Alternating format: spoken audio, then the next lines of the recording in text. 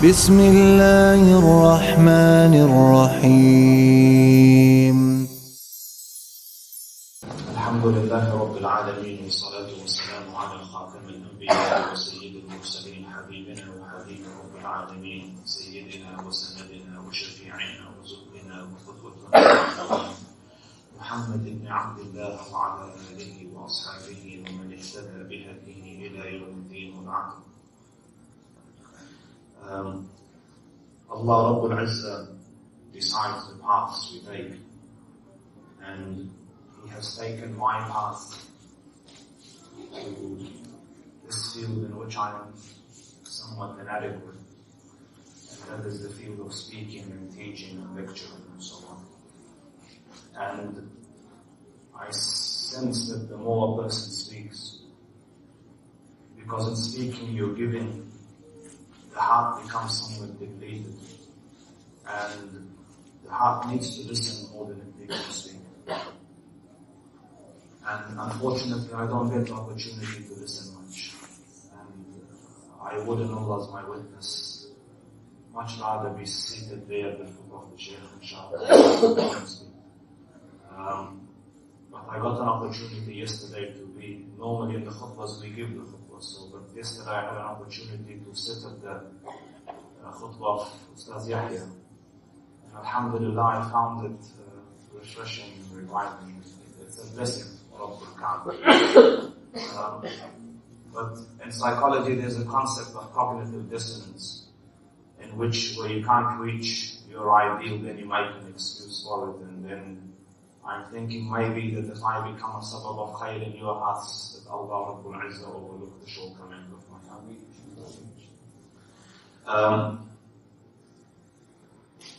Who knows the name Abdullah ibn Yasin? Abdullah ibn Yasin was a person unheard of and unknown about in history, and he would have probably been unheard of and unknown about had certain things not occurred in his life.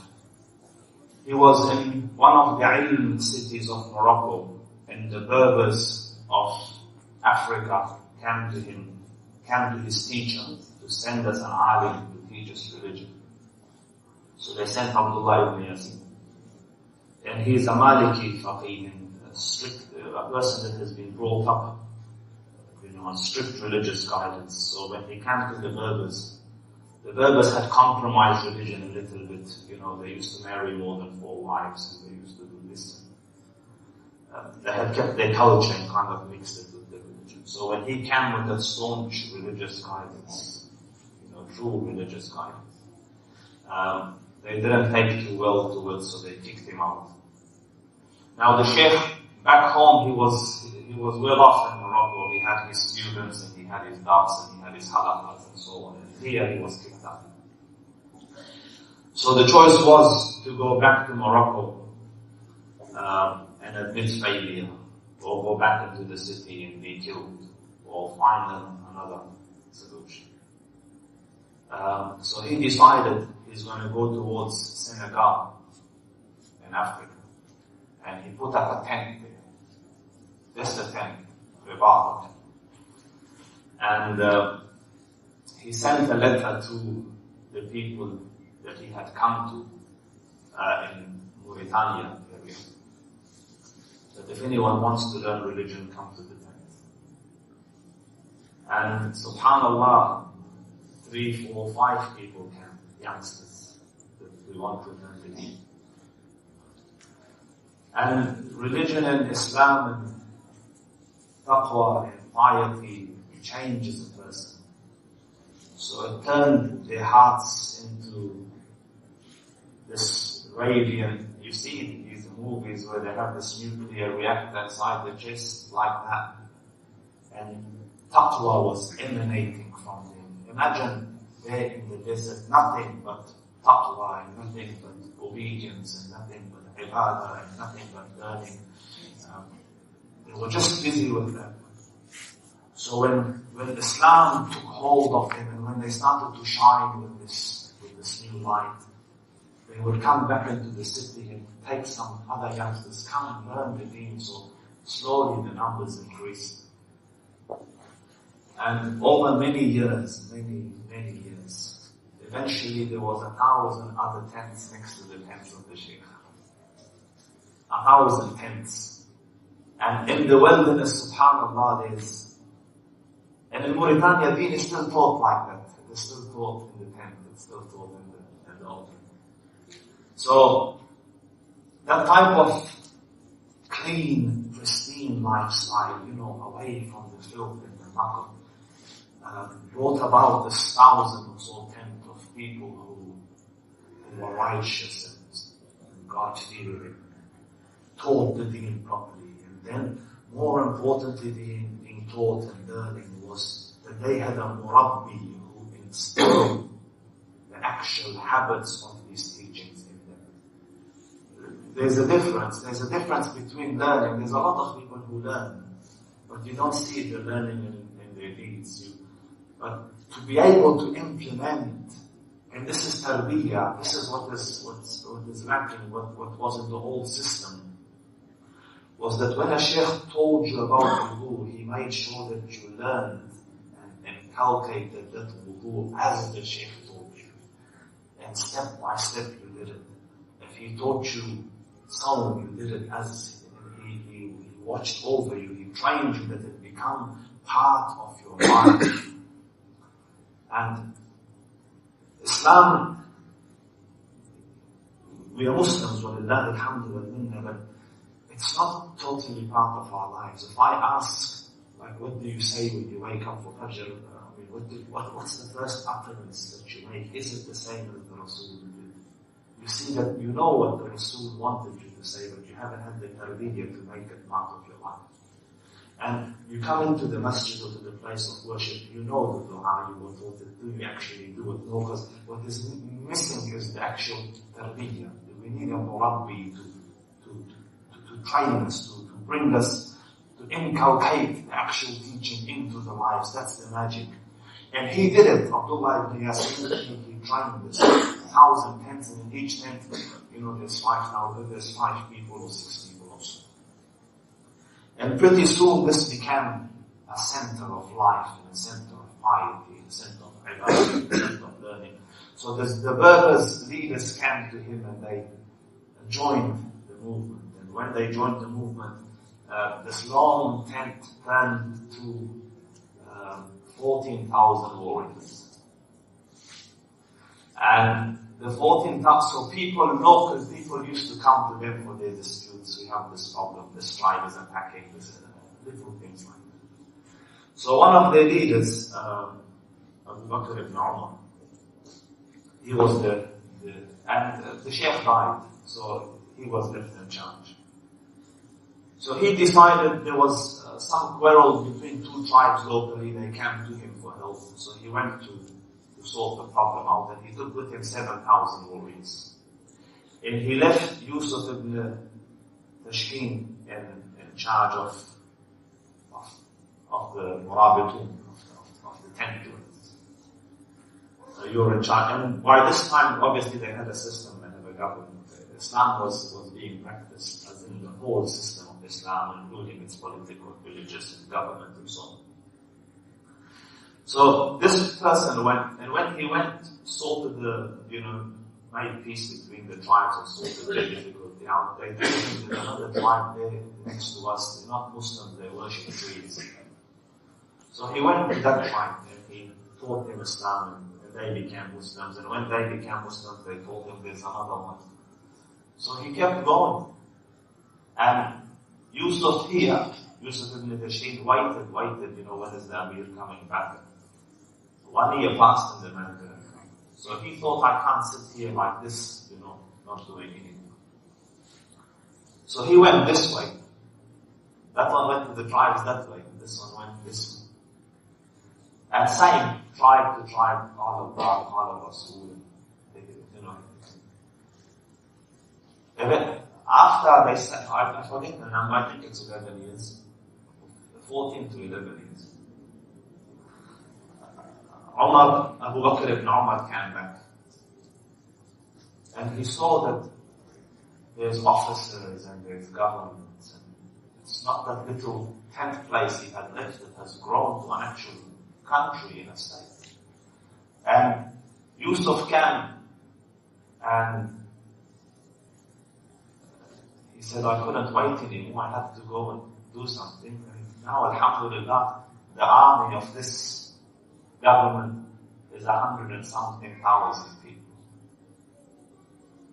So, Abu Bakr ibn Umar told him, fantastic, I will join my lot with yours.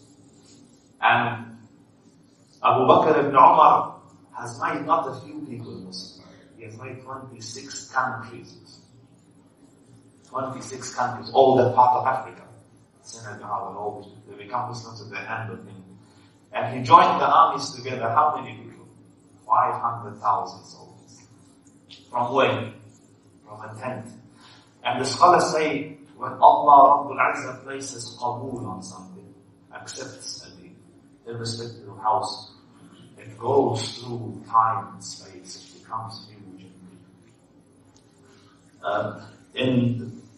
In the path of knowledge, the Shaykh will obviously know this, in the usul of fiqh, one of the Shaykhs wrote, it's so small that he didn't call it a book, he calls it waraqat.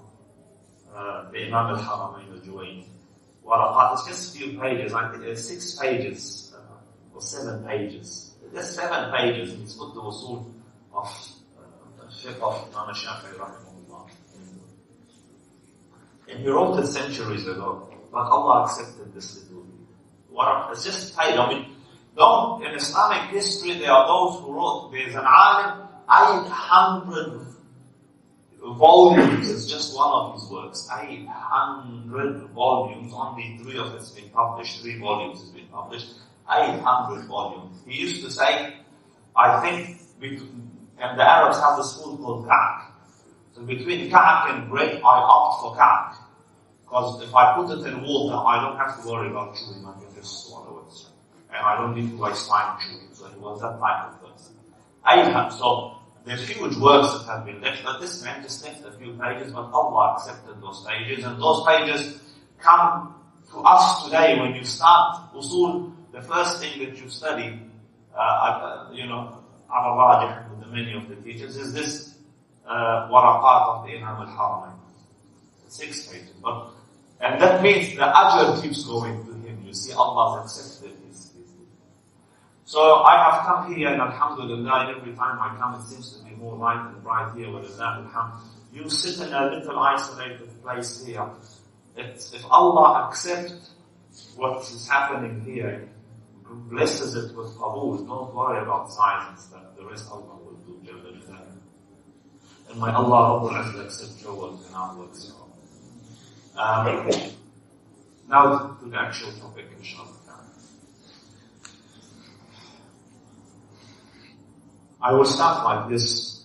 I went horse riding. Sheikh, forgive me, I have a round the bend type of approach to things. I went horse riding, and it's my first time going horse riding. This was many years ago. I've become a better rider since in those days.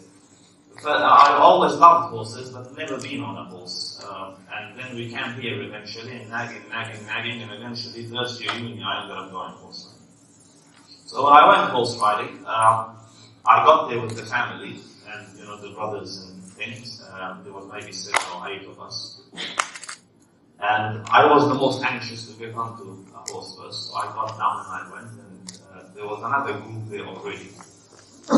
And they had their horses saddled, and there was one horse saddled without a rider. So the lady goes, do you want to take this? So of course I want to take this. So I got onto the horse. But I've never been, and horses are different from cars, yeah? Cars don't have their own brains, cars don't go to wherever they want, cars you turn this way, but horses are not like that. He has his own brain, he wants to do his own things. So I got onto this horse, and I noticed the horse is going and my family is being left behind. I can see. So I had that, from movies and stuff that you pull. So for 2 hours, this thing was taking me in the jungle, in the bush. Allah, for 2 hours I couldn't find my family really, because it was just following my, and the guy used to say, turn it. So he used to put a little bit like we do with the car. He used to turn it back, he used to go back his own direction. And I'm serious, because he has his own mind. He wants to, you can't force him if you're strong enough. Like if you're a better rider, then you turn him and you force him to go that way, he listens. But I wasn't a strong rider, I was a weak rider, I wasn't, a novice at the beginner, and the beast did what it wanted to. 2 hours later, it can't, my hand is going, where were you? I said, the horses. The horse decides. In the same way, we have a beast. The human body has its own yearnings and its own desires, its own whims and its own fancies. And the beast has a rider. The rider is the heart. And the beast is the body. By beast I mean something living. So, the body will thirst. It gets thirsty. So it goes gets water. And it gets hungry. So it gets food. It desires, passion, family, and so on, and so associates with the opposite gender. This is the wants of the body. And the stronger the body gets, the more persistently it pursues its wants. So you see the world today covered with pain. I mean, imagine this, a person sells drugs. Why is he selling drugs? Because the body wants food. So he sells drugs to someone else. And that person suffers, his family suffers, society suffers, but he doesn't care, this one that's selling, but he just is satisfying the desires of his own body.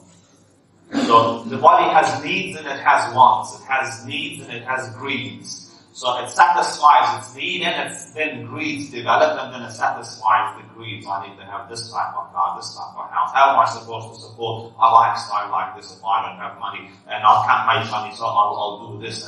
And that's why you see countries occupying countries and thieves robbing houses. And there's the halal end of work as well. But we are all feeding and strengthening the actual beast. And the stronger the beast becomes, the more the beast becomes heedless. The more the beast desires grow, shahawat grow, wants grow, lusts grow, pride grows, ego grows. You go do weights, you pump iron, the body grows, and then with that comes the arrogance, you walk a little different, you wear, the shirts of your younger brother to look bigger, and you do these things. And it goes towards the disobedience of the Qur'an.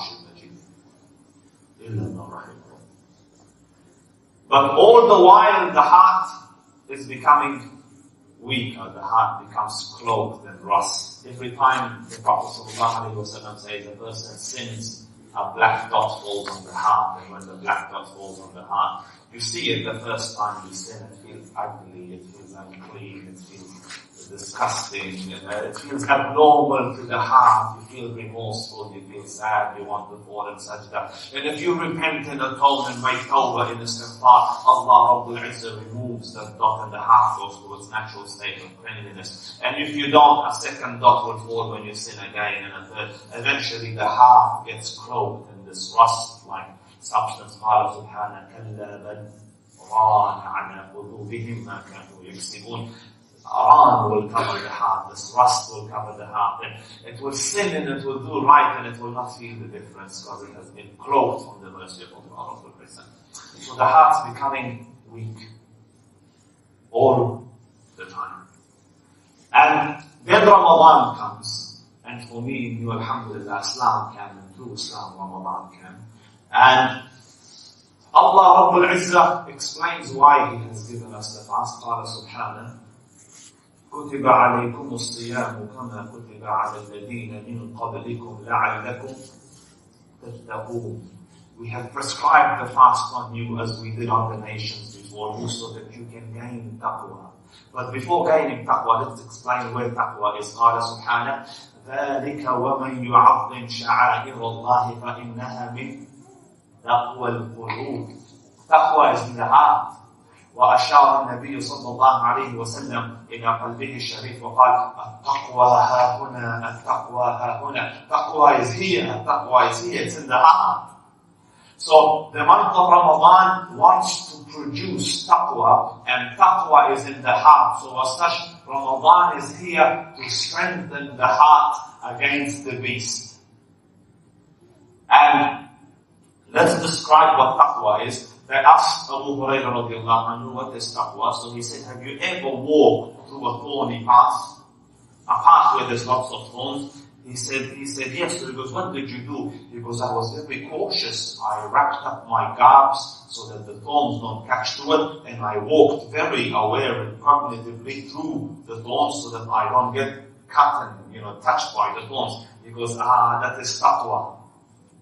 To go through life cautious, aware of the commandments of Allah Rabbul Izzah, about the temptations that come in your way, and to navigate through this life being Allah conscious and Allah aware, so that everything you do, you say, what does Allah want me to do? And now let's look at Ramadan. Ramadan is about taqwa, so it is about making the heart conscious of its Lord. It wants to make the heart aware of its master, become a reality in the heart. So here, the throat thirsts. What does it want? Water, halal water. Water is halal. You don't need, the halal committee to go and stamp a certificate on the water. Allah's made it halal. Water is halal. But now that halal water has become haram for you, because Allah says don't drink from this time to this time. So you want, the water's there. So what's stopping you? Why aren't you drinking? Allah said no. Do you see how Allah, they can speak. Allah bless him, inshallah.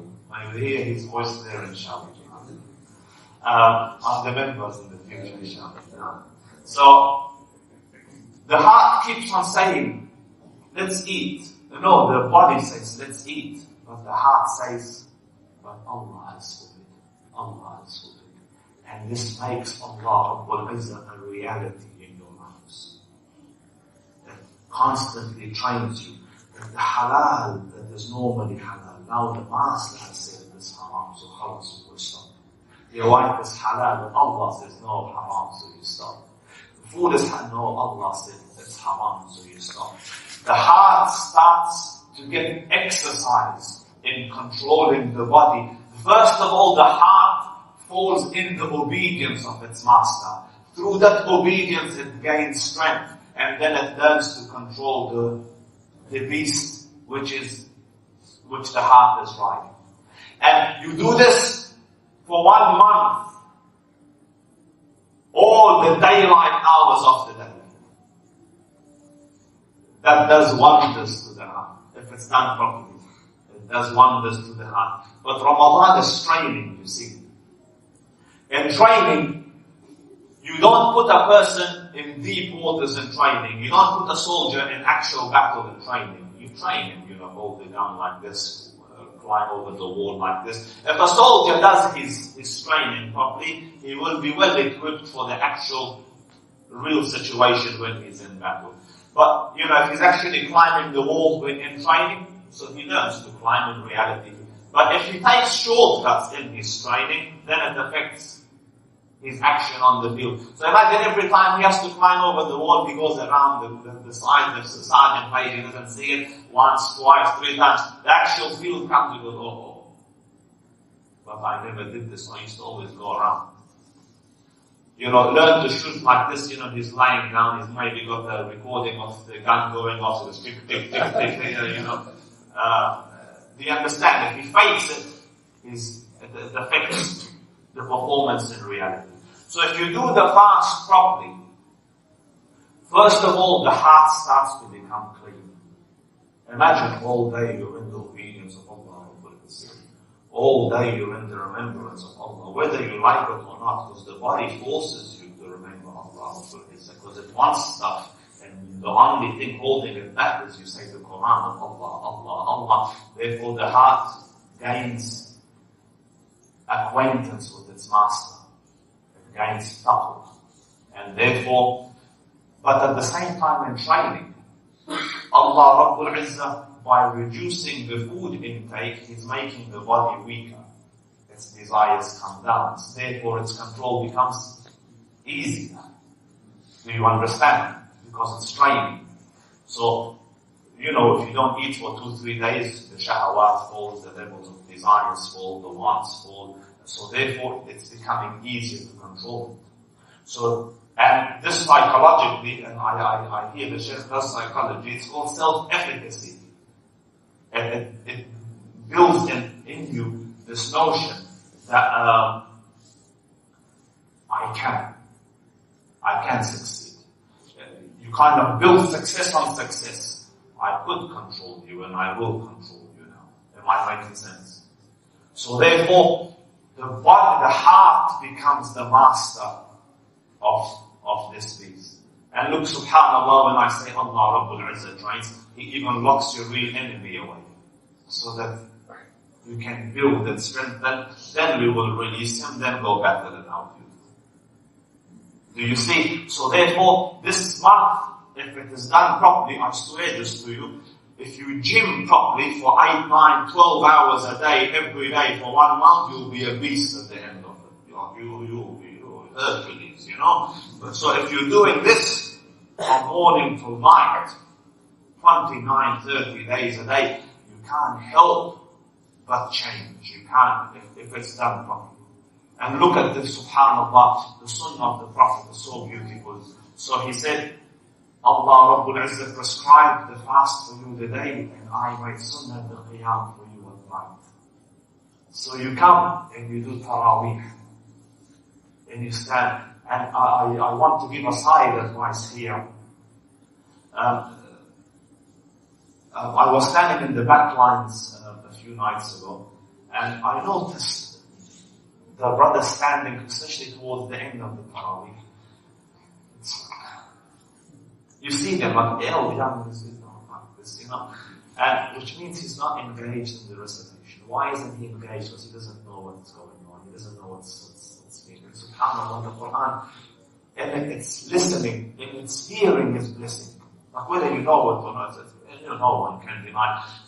The Shaykh Arifi, one of the things he does, any non-Muslim he catches, he goes, okay, I will read some Qur'an for you. So he reads the Qur'an in Arabic, and then he reads a normal poetry in Arabic, same type of rhyme, and he goes, which one felt better? And everyone says the Qur'an felt better. So the Qur'an is a blessing even if you don't know its meaning. It touches the heart, it cleanses the heart, there's no issue. But to know the command and the communication of the Lord, that's a different level.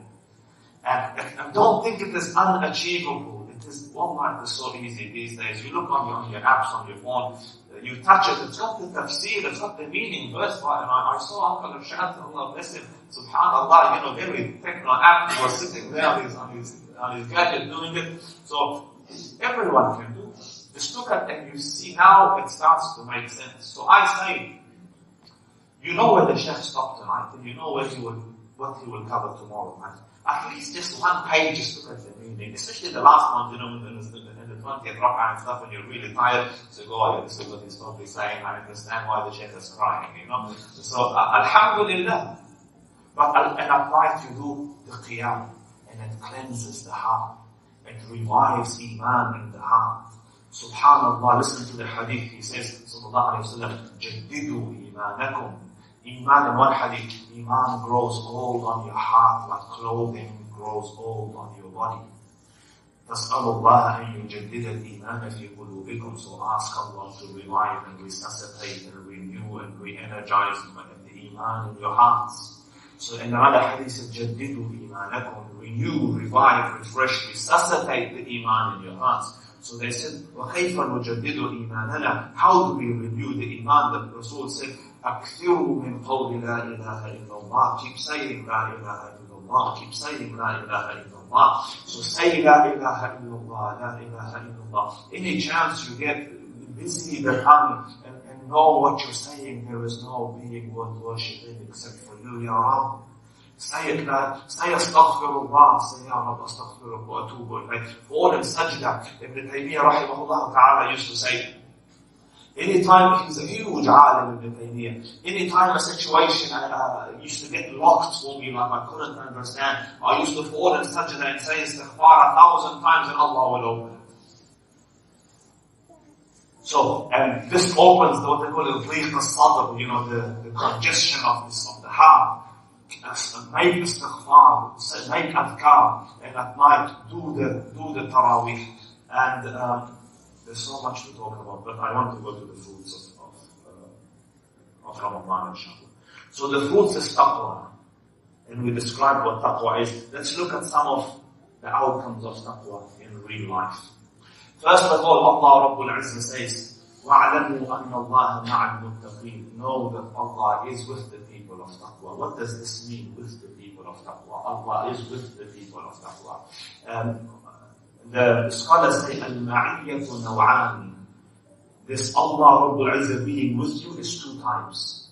Al-ma'iyyatu al-'am wal-ma'iyyatu al-khas. The ma'iyyah generally. What does it mean? Allah Rabbul Izzah says, huwa ma'akum aynama kuntum. He is with you wherever you are.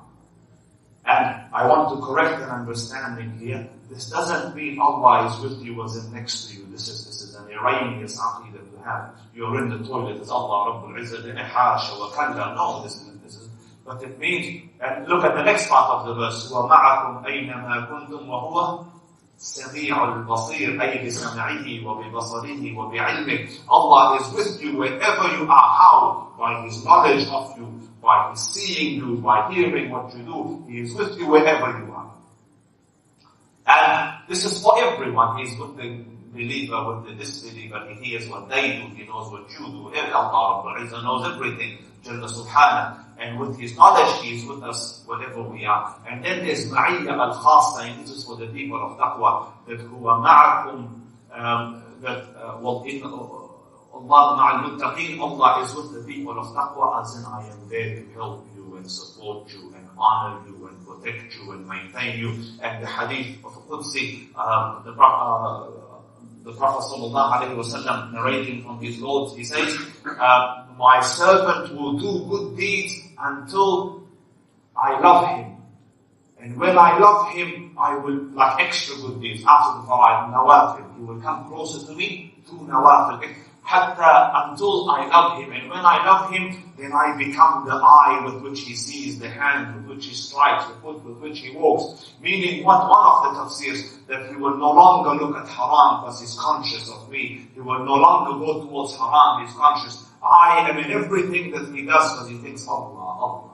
One tafsir. Second tafsir is that Allah Rabbul Izzah supports your hand, and He supports your vision, and He supports. Umar ibn al-Khattab radiallahu anhu was sitting on the minbar in Masjid al-Nabi, in the Prophet in the Masjid, at the time of his Khilafah, and he goes, Ya Sa'iratul Jabal, Ya Sa'iratul Jabal. Sa'ira was a commander of an army he had sent out, and he's calling from Medina, O Sa'ira towards the mountain, O Sa'ira towards the mountain.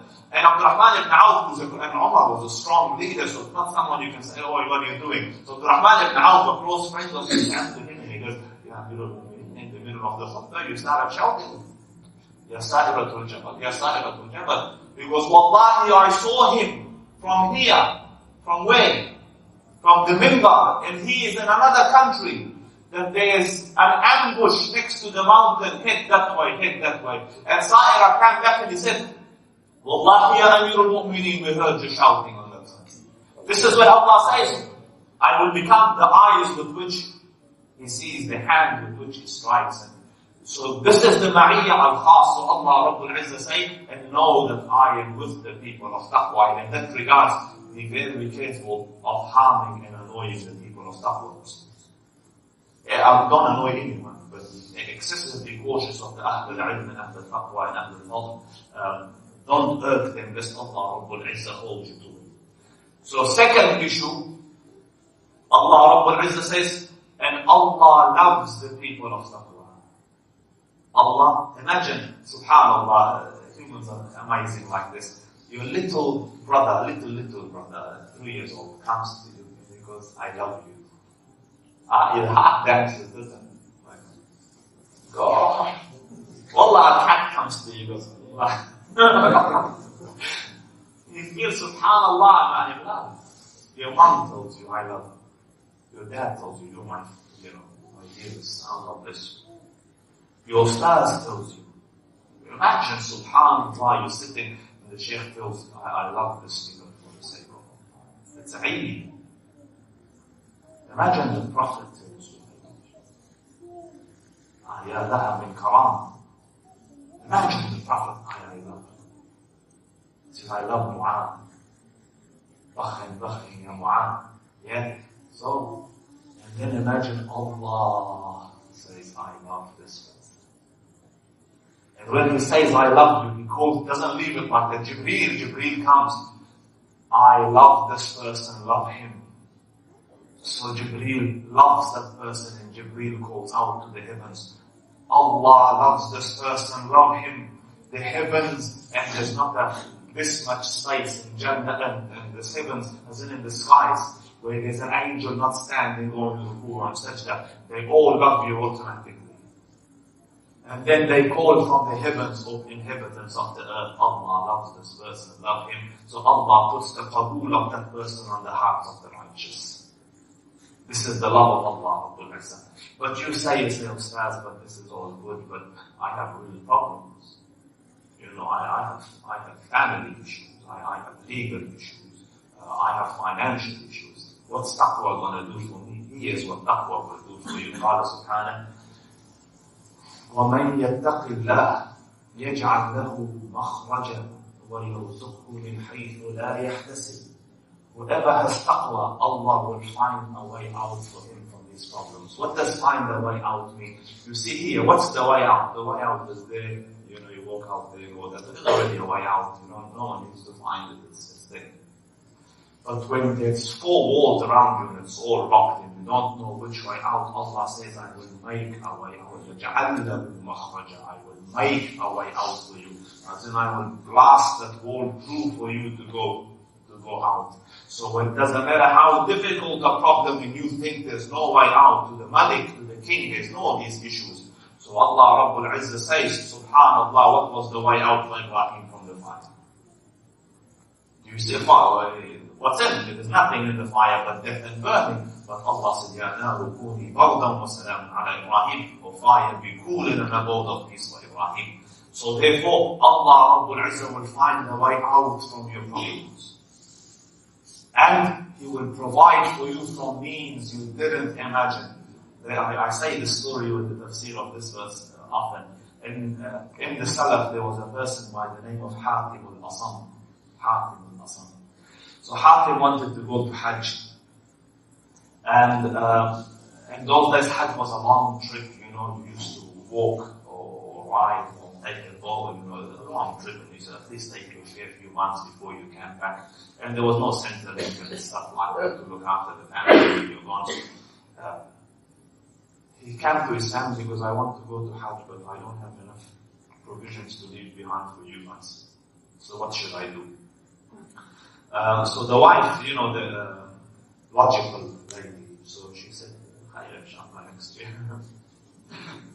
When there's enough provisions, then you go, and all the family agreed, except for one daughter.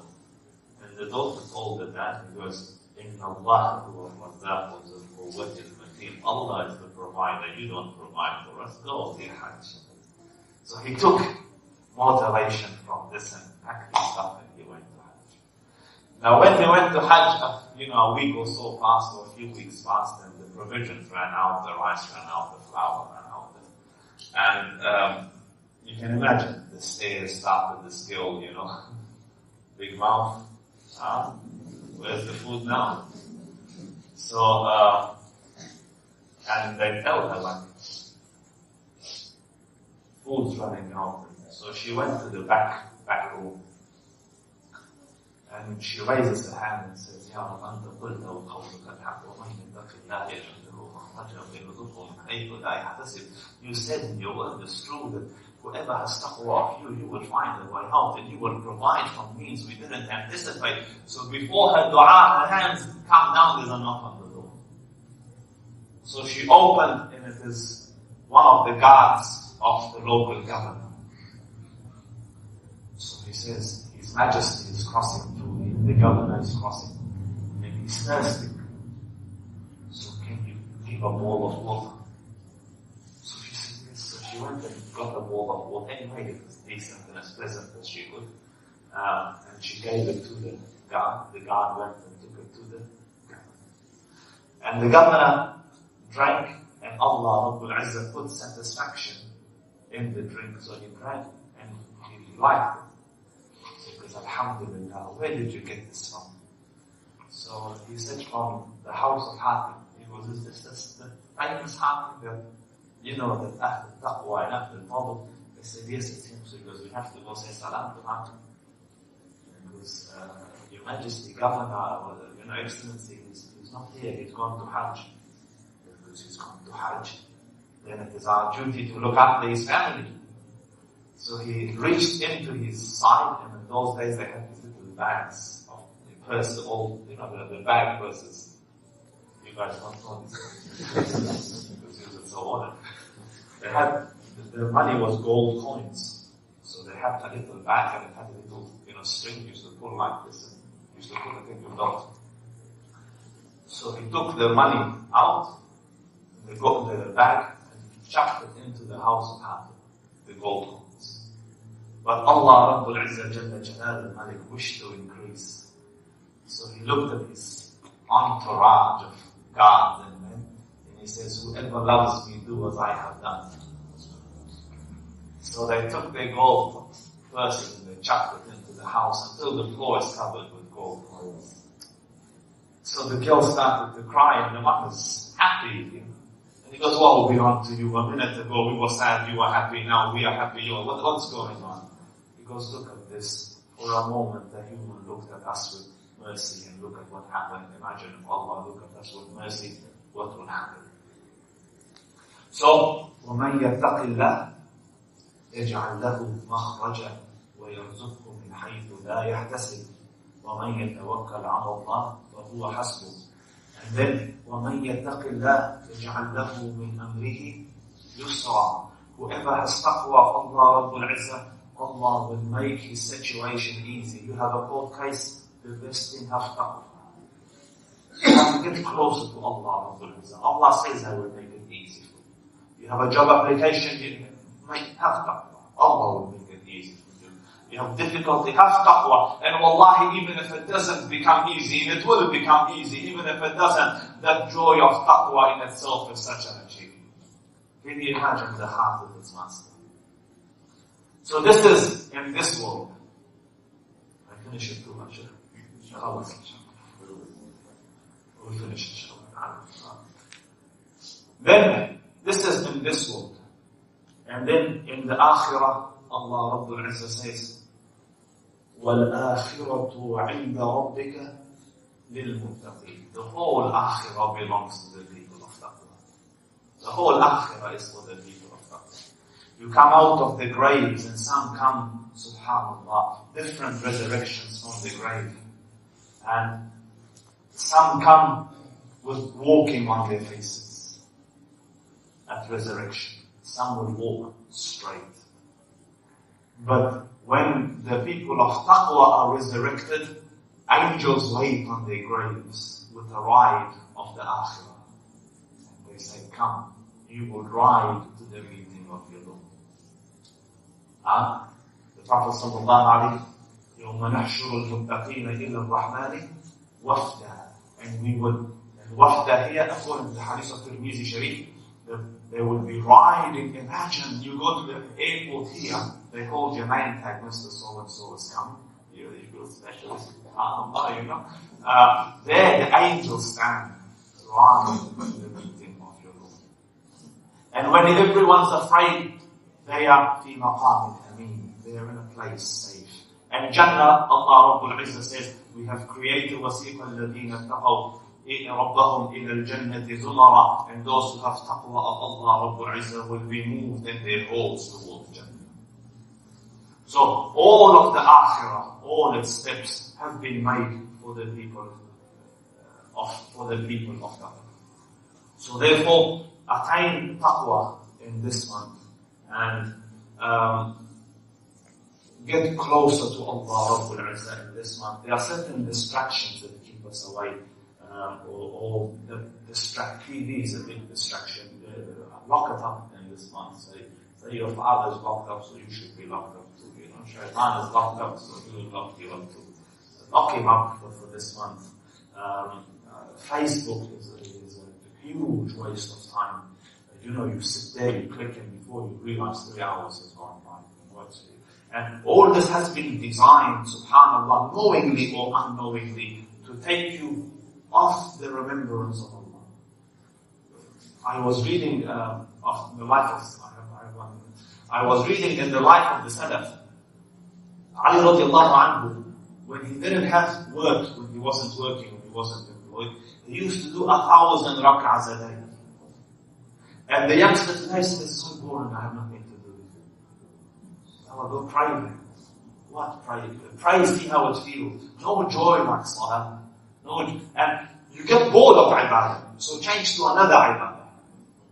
You get tired of Qur'an, go to salah. You get tired of salah, go to Qur'an. You get tired, go give sadaqah. Go visit grandma, go visit granddad. It's hasanah. Go sit in the masjid. Go volunteer, do some khair. Go get a vacuum cleaner, clean the masjid. What are you doing? I'm gaining hasanah. I met an elderly man, he's in his 80s. Whatever he reads that is nice and religious, he goes and photocopies it. And then he gives it to the printers to edit, and then he compiles it, and then he makes books out of it. And then from his own money, he prints whatever he can, 100, 200 of these, and he insistently gives it to it. And I saw this desperation. You know, because time is finished in 80 years, so you think I need to live after you have to do some good behind me. And I saw him very cautious with his food. So why are you so cautious with your food? And he says, I don't want to get sick. So why don't you want to get sick? I don't want to get sick because it will hold me from the fire that I have to do. And at my age, there's no time left to miss fire. You see, before that day comes the age of worry and anxiety and difficulty. Leave khayr now, you're young, you're strong. Come, do. A Muslim should, Allah says, I can't fathom a Muslim saying I have nothing to do. How can you not have something to do? We have a musalla, we have water, make wudu, pray. 1,000 rak'ahs. Ali radiallahu. And it means he didn't used to pray long. He did a lot of short rak'ahs. So, qul wallahu, Allah, some of the men will Allah Akbar. I've done 1,000 rak'ahs a year. Others used to do long. The salah of the Prophet in his qiyam was long salah. So, and alhamdulillah, the beauty of Deen. Do this or do that, whichever one is easy for you. Khalas, may Allah bless you, guard you, and guard you. May Allah make this a sabab of khair for the listener, and a sabab of obedience for the listener for the one speaking before for the listeners. May Allah guide and guard and protect one and all. Wassalamu alaikum wa rahmatullahi wa barakatuh.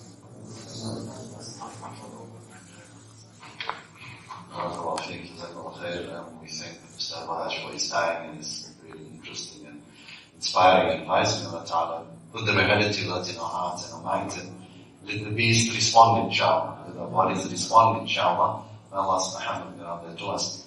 Normally we have just a few minutes of questions. You okay with that? If anybody has any important questions they want to ask. Anybody wants to ask the Sheikh? Sheikh, how would you relate brain versus heart in your discussion?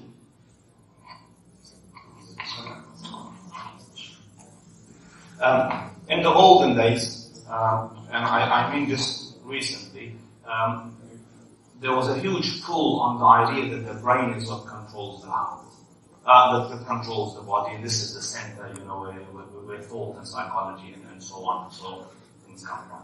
Latest research is going towards the electric impulses that the brain gets, it comes from the heart. That's why if you look at the assessment of ECG and things like that. There's essentially electrical impulses that it seems to measure. So it's moving more towards, and latest research indicates this way, that no, it is the heart that even controls the brain. But irrespective of which way we look at it, there is a verse of the Qur'an where it says the heart which is within your sudur. And sadr is in one of its means your center. So, in Pakistan you have the capital of a place, they will call it this sadr and so on. So therefore, if you translate that as in within your center, as in within your mind, so you can derive the mind out of it too. But to my own self, I think research is moving to conclude that it is what the Qur'an says, in the actual heart is what seems to inspire and motivate even the thoughts of the head. Anyone else? Any question? Yes, my dear brother.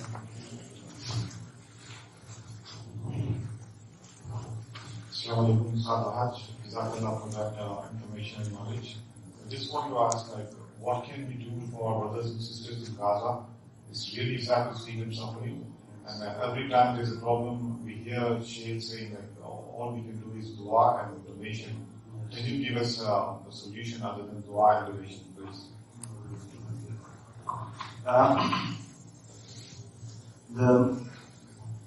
SubhanAllah, just when I came here, I was praying, it was going through my mind. And the situation of Islam and the Muslims is a really, really miserable one. And SubhanAllah, we have become so weak and we have become so insignificant. And I really want to scream and cry at that time. But it doesn't suit, in the sense that it creates just more panic and it creates more, feeling that there's no way out. And this is not the feeling a Muslim should have. Allah Rabbul Izzah says, وَلَا تَهِنُوا وَلَا تَحْزَنُوا وَأَنْتُمُ الْأَعْلَوْنَ إِن كُنتُم مُؤْمِنِينَ. And don't get anxious, don't get worried, inshallah. You will be on top if you are true believers. So the first thing to note, my dear brother, for yourselves and for many of the youngsters, that these come upon the Ummah as waves come upon the shore. There are times in the history where we were much worse than we are today. When the Mongols came, and the Mongol hordes came, the morale of Muslims was so bad that one Mongolian soldier would come and there would be 1,000 Muslims and he would kill one after the other, and not a single person would lift his hand to stop it. Their fear had gripped their hearts. And they say, the historian, SubhanAllah, when he writes it, he goes, and you see the pain and the pain of the man. He goes, would it not have been me to write the demise of the religion of Muhammad? And had I died a million times before that, me writing this account, that it has to be recorded. So he wrote it based on this. And he says the times were so bad that a Mongolian would come to a Muslim and he said, place your head on this rock and I'll go find another rock to come and crush your head. And he used to keep his head there waiting for him to come back.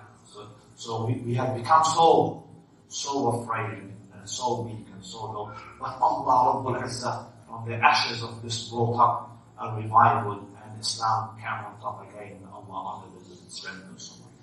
And now difficulties not only in Gaza, and the situation in Gaza is a painful one, but you look at all the countries, look what's happening in Iraq today. You imagine they're fasting, and the calamities, and sectarian violence is much worse than a nation against a nation. Like where the same nation is fighting each other, where a brother is fighting a brother. We have seen this. It's much uglier than a religious war or a political war. So not only in Gaza, but you look at Iraq, you look at all the different. You look at Syria. Look at what happened in Egypt. 5,000 Muslims were sniper killed by the army that is instituted to protect it. So this is not isolated to one situation. This is the situation of the Ummah in its entirety.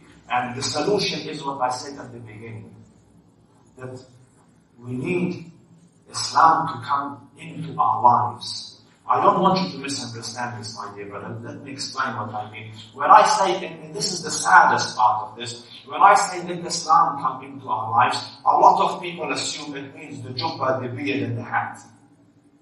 And this is an actual understanding of some of the people that this is what Islam is. No, this is very small aspect of Deen. But to actually become real Muslims,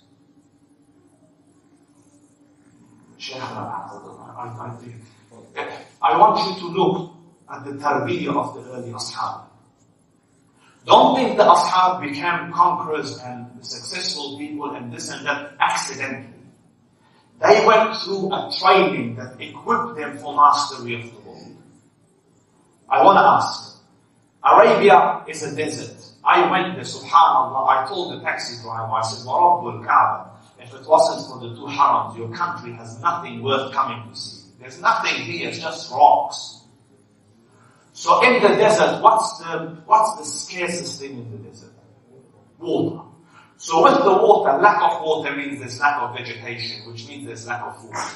So naturally the Arabs were used to lack of food and lack of water.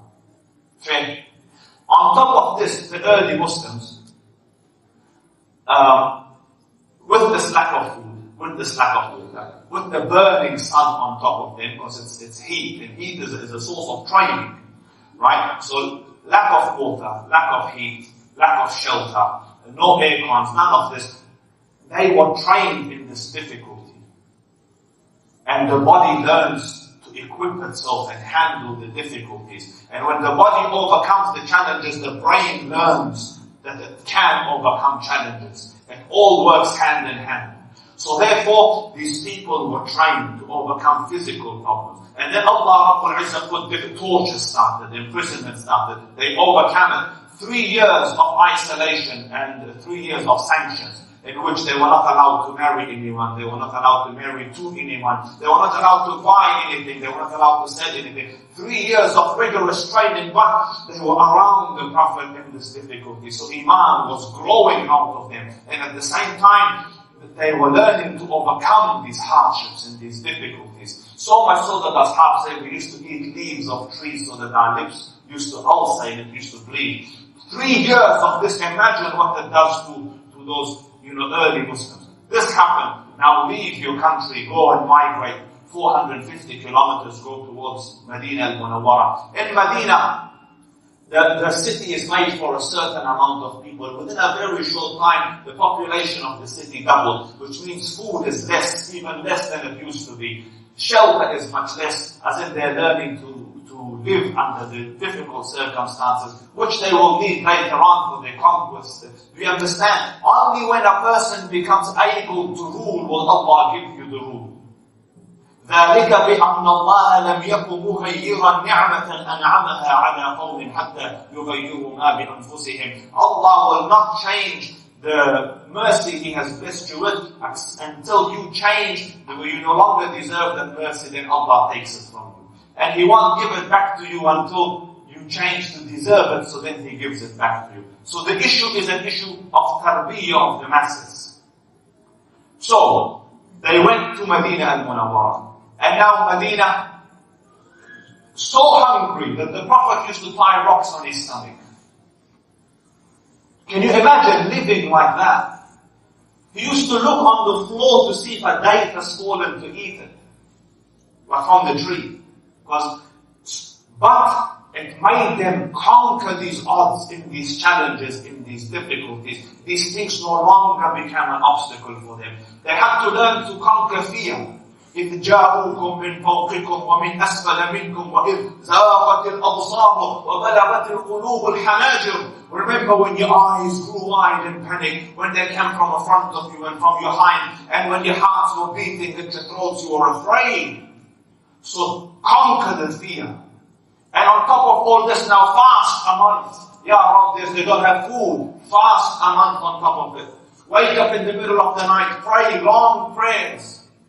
Go in. They went to Badr. You know how far away Badr is from Medina? 150 kilometers. And it's not an easy, don't ever imagine Arabia to be a sandy desert. It is rocks. Volcanic tracks. Horse lines are difficult to go on. 150 kilometers. I want to ask you, 3 people used to be on one mount. One camel, 3 people. The Prophet is sharing with Zubayr ibn al-Awwam and Ali ibn Abi Talib, 2 of his cousins. What's the distance? Tell me, I just said it. 150 kilometers. So, he rode for 50 kilometers. Then the other person would drive in the other. So the other 2 were young. So they said, listen, it's not befitting that the Prophet walk and we ride, so we'll tell him to, you keep riding, we'll walk. How 150 kilometers? My brother, walk 150 kilometers from here to the... You think victory comes easy. You think victory... It's not. It requires men who are trained for these things. So then, they came to the Prophet, Ya Rasul, you get off here. And they said his face went red and anger. And they said, you are not more able than me. Nor am I in less need of khayr than you. I will walk as you walk. You will ride as I rode. So he walked at the age of 50, 53. He came out 55. He's in Badr. 55, he walked 100 kilometers with the armor and everything. The Ashab say our nails used to fall off. Which Muslim is able to face such odds today? And have the discipline and the obedience. The physical you can conquer, but the obedience and the discipline to stick to the command. How many of you can obey the command of your leader? How many Muslims can obey the amr of an Ameen? I was with the Muslim student bodies in the universities, and one of them told me, because I'm doing this deliberately so the Amir knows I'm not obeying him. What an achievement, sweetheart! What an achievement! So, until we have the tarbiyah, and look at the murabitun that I talked about, and subhanAllah that I talked about it. Was it anything different than the tarbiyah that the Prophet ﷺ had done with the ashab? Same thing. Train, develop, home, make, build, then Allah will give you victory by itself. Once you become deserving of it. And the same thing in all the Muslim lands. Akhi, shame and dishonor and all this doesn't come by coincidence. Failure, defeat doesn't come by coincidence. Allah Rabbul Izzah says, وَلَقَدْ صَدَقَكُمُ اللَّهُ وَعْدَهُ إِذْ تَحُصُّونَهُمْ بِإِذْنِهِ حَتَّى إِذَا فَشِلْتُمْ وَتَنَازَعْتُمْ فِي الْأَمْرِ. We gave you our promise and we were true in our promise until you were on the verge of annihilating your enemies. Then what happened? Uhud. حَتَّى إِذَا فَشِلْتُمْ. Until you started to lose. And then what happened? You disputed in the matter. The Prophet said this, the Prophet said this. No, he meant this, no, he meant this. So we took our victory away from him. Uhud was won. They chased the enemy. But when Allah Rabbul Izzah saw that they disobeyed the Prophet, he took the victory back. How many Muslims, including in Gaza, including here, are actually following the package of Islam, which includes its leader, which includes the obedience. Here in Perth, you know you're not supposed to live headless like this. You're supposed to be under the obedience of one. Who is your leader? And he taught you, subhanAllah, 5 times a day, stand, one lead, the rest follow. One lead, the rest follow. One lead, the rest. What's happening? So, there and everywhere else, these will come because it is the sunnah of Allah Rabbul Izzah to filter out and separate the able from the disabled, the competent from the incompetent, the Muslim from حتى يميز الله الخبيث من الطيب, until we separate the good from the bad. So these tests, and sometimes the tests last for 40 years. Look at Banu Israel. 40 years they spent in the desert walking, waiting for the promise. Allah Rabbul Izzah let all the generation that disobeyed die. A new generation came under Yusha ibn Nun. Allah gave them victory through them. So, we either fix ourselves, or wallahi Allah will fix you. And what you see in other countries, be afraid that Allah tests us with the same calamities here. And it is important that we take the whole package, and it's important, I keep on saying that Islam has its political side, Islam has its discipline side, Islam has its physical side, Islam has all the package. It is no longer sufficient, it never has been sufficient to be a Muslim just happy. What are you doing? After I'm doing zikr and fikr, I have a beard and I have a Jumma and I'm wearing a hat. It's not an achievement, akhi. What an achievement. Take the package, learn the package, sit with the Shaykh. Wallah, sit. The more, forgive me Shaykh, I will increase your homework, but the more time you can sit with the Ahl al-Ilm, sit with them, say, teach me this Shaykh, teach me this, learn, have classes, get specialists to come. For example, there will be a strategy course, get a strategic specialist to come and work with you, learn, follow and implement until you become the Muslims of the Ashab. I will finish with this. Here, Khalid ibn al-Walid is the leader of the whole of the Muslim armies at the time of Abu Bakr as-Siddiq. Before him, Abu Ubaidah ibn Jarrah was in charge. Abu Ubaidah ibn Jarrah was in charge of the whole Muslim armies. Okay. Abu Bakr decides that I will remove Abu Ubaidah and bring Khalid ibn al-Walid, because Khalid is better in strategy than Abu Ubaidah. So he wrote a letter, I am putting Khalid in charge. What does Abu Ubaidah do? You think he sulked? He went sat at home. I was the leader of the whole army, you just put me aside. You make me an ordinary soldier in one day. What do you think, what would you do? Forget about this. If he just stayed in the masjid, if they just put you down from the committee, you will go south home for a month. So Khalid, Abu Ubaidah says, Sam'an wa ta'a, I hear and obey, whatever's for the khayr of Islam. Khalid ibn Walid came in charge.